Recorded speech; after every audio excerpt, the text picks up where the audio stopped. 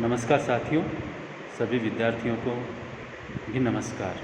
आज हम फिर आपके सामने एक नया वीडियो लेकर के उपस्थित हुए हैं।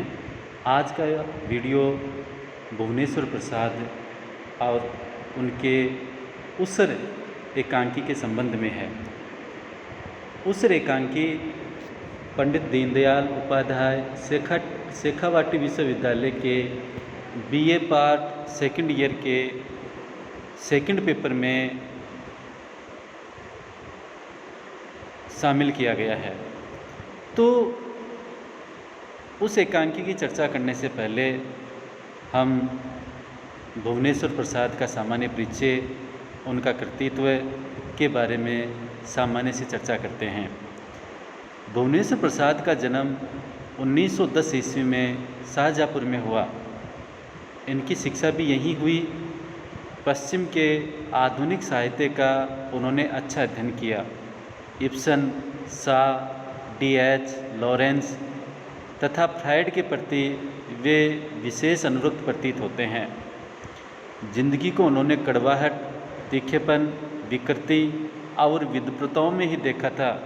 संभवतः इसी कारण उनमें समाज के प्रति तीव्र वितृष्णा, प्रबल आक्रोश और उग्र विद्रोह का भाव प्रकट हुआ है। जीवन की इसी कटु अनुभूति ने ही उन्हें हक्कड़, निर्द्वंद्व और संयमहीन बना दिया था। भुवनेश्वर ने हिंदी में पाश्चात्य शैली के एकांकी की परंपरा चलाई।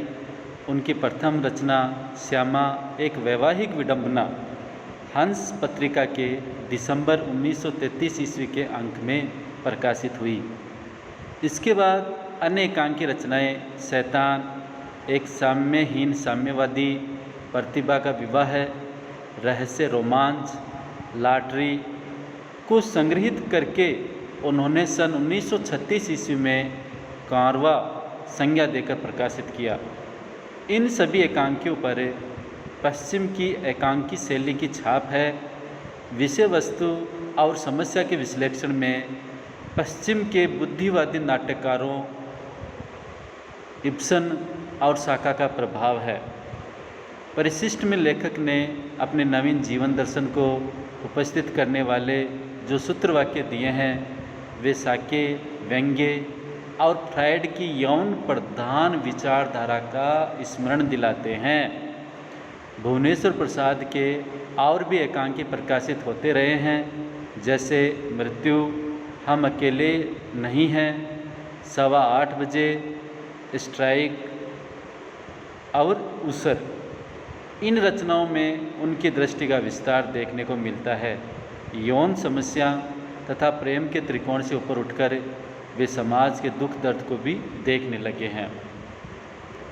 फोटोग्राफर के सामने 1945 ईस्वी में, तांबे के कीड़े 1946 ईस्वी में मनुष्य की बढ़ती हुई अर्थ लोलुपता का उद्घाटन है।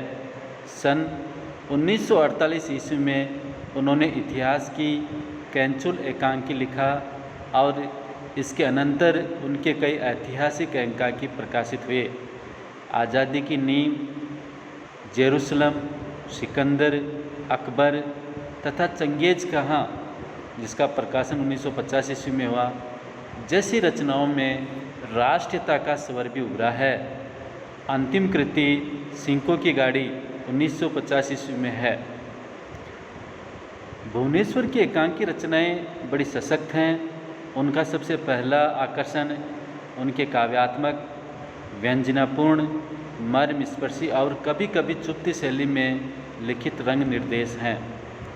इन रंग संकेतों द्वारा उन्होंने रंगमंच की व्यवस्था, वातावरण का निर्माण, पात्रों की रूप योजना, उनकी चरित्रगत विशेषताओं के उद्घाटन के साथ ही अपने मूल मंतव्य नाटकीय प्रभाव को भी स्पष्ट कर दिया है। संवाद प्रारंभ होते ही संघर्ष का स्वरूप स्पष्ट होने लगता है। घटनाक्रम के घात प्रतिघातों के साथ वह तीव्र होता जाता है और चरम सीमा पर पहुँचते ही यवनिका पतन होता है। चरित्र निर्माण में उन्होंने एक दो बातों से ही अभिष्ट प्रभाव उत्पन्न कर दिया है। आज के अभिजात वर्ग की दुर्बलताओं, विकृतियों और कुरूपताओं को उन्होंने कुरेद कुरेद कर नग्न कर दिया है।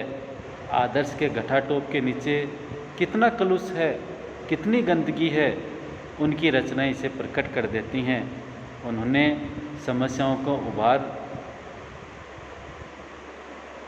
कर रख दिया है, उत्तर उन्हें सोचना है जो स्वयं रोगग्रस्त हैं।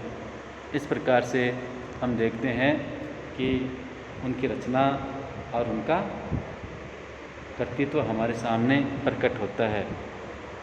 उस तरह उनके द्वारा लिखा गया एक प्रयोगवादी एकांकी है, जिसमें उन्होंने सवेर कल्पना के आधार पर उच्च वर्ग की निरर्थक और लक्ष्यहीन जिंदगी का मजाक उड़ाया है। एकांकी पर पश्चिमी प्रभाव है। इस एकांकी के पात्र संपन्न वर्ग के हैं, पर उनके समक्ष कोई बड़ा लक्ष्य नहीं है। उन्हें अपनी जिंदगी निरर्थक लगती है, इसलिए वे उलझ जलूल क्रियाओं में व्यस्त रहते हैं। इन क्रियाओं में तारतम्य न होते हुए भी निरर्थकता का तारतम्य होता है। यह चेतना प्रवाह शैली में लिखा गया एकांकी है।